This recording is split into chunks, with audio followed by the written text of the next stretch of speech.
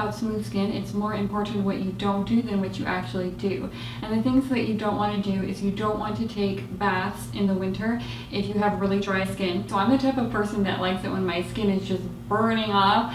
It feels so good to me, but if you have really dry skin, it's one of the worst things you can do. So I don't keep my showers down to 5 minutes or anything like that, but I do keep the heat at a moderate level, and then when the spring and summer come around, you can take it back to your normal level. The next way to keep skin smooth and glowing is to stay away from heated blankets. The problem is that it will dry out your skin probably more than anything else, because it's like putting artificial heat right next to your skin, and you can just fall asleep in your bed with a heated blanket and it'll be on your skin for hours. And so what I do is I get a thick faux fur blanket and I put it on top of my other blankets. A nice heavy blanket will keep you warm without having to plug it in. So both AC and artificial heat dry out your skin. So to avoid running the heat indoors 24/7, which is so easy to do, you want to bundle up as much as you can. You want to stay away from any product that has lots of chemicals, is very strong, things like clarifying shampoos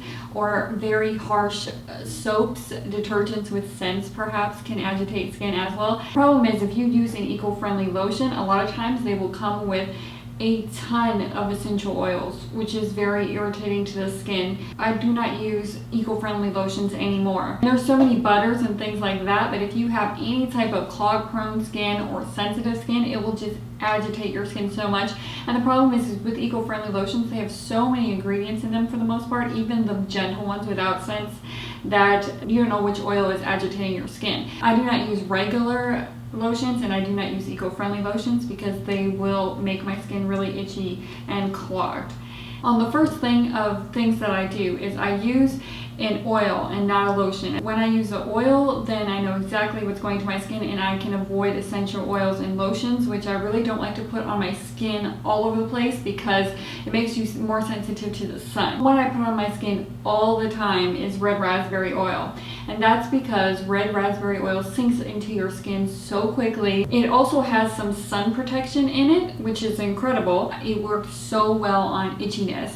So when I had a bug bite or anything like that, or a burn, it just soothes the skin. That's the number one thing it's known for, is its anti-inflammatory properties. To get the same kind of glow on your collarbone and other areas in your arms, you would have to use a lotion with shimmers in it, which would probably break you out, or you probably don't want to be putting on the skin. But an oil is what they've been using for hundreds and hundreds of years, and it makes the skin just glow, and it's very healthy. And if something goes wrong, you know exactly what's causing it because it's only one ingredient. So I highly recommend trying red raspberry oil. I would start off with the 2 fluid ounce. I buy them in a lot bigger bottles now because it's the only oil I use on my skin, but I really recommend oils. The next way to put moisture back into the air is to get a humidifier, which I used to have a big humidifier, but it is a real big pain to clean. So I just stick with a diffuser, which basically does the same thing in putting moisture into the air. And you just put a couple drops of essential oil to keep it clean.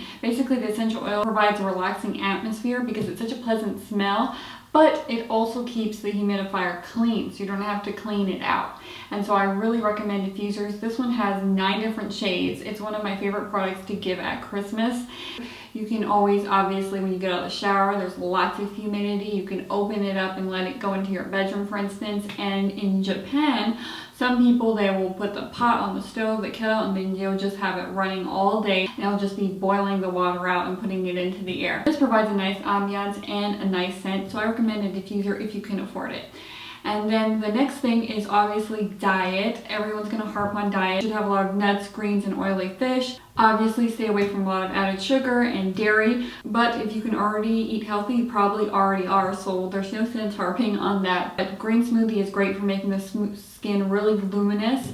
And it's also great because a lot of times I don't want to be eating a salad, but I still want to get my greens. So a lot of times instead of a salad, I'll make a green smoothie. The main reason why I brought up diet is because water is really important. Don't stress about getting 60 fluid ounces. Just drink whenever you can. I think we stress too much about staying properly hydrated. I don't think our ancestors worried that much about things like that. Water has a temporary plumping effect, and so does facial moisturizers.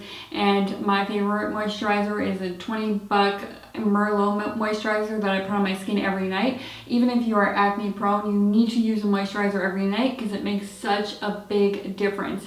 And wearing sunscreen every day protects the natural moisture in your skin as well. For my lips, I use my favorite Pangea lip balm. It comes in 3 different flavors. And for hair, I recommend either putting argan oil or coconut oil on it. I do not own coconut oil. For a lot of people that are breakout-prone, coconut oil is a nightmare. But coconut oil and argan oil are great for the hair. And I use argan oil for my hair and also argan oil for my face. If worse gets to worse, you have to use cortisone, which is 1% hydrocortisone anti-itch cream.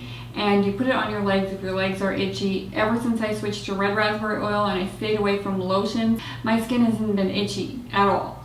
So this is only a worst case scenario. But my tips is just to try the first tips in the beginning of the video. You'll notice a significant difference. And I never had to deal with dry skin until I moved to the mainland. In Hawaii, we have the opposite problem.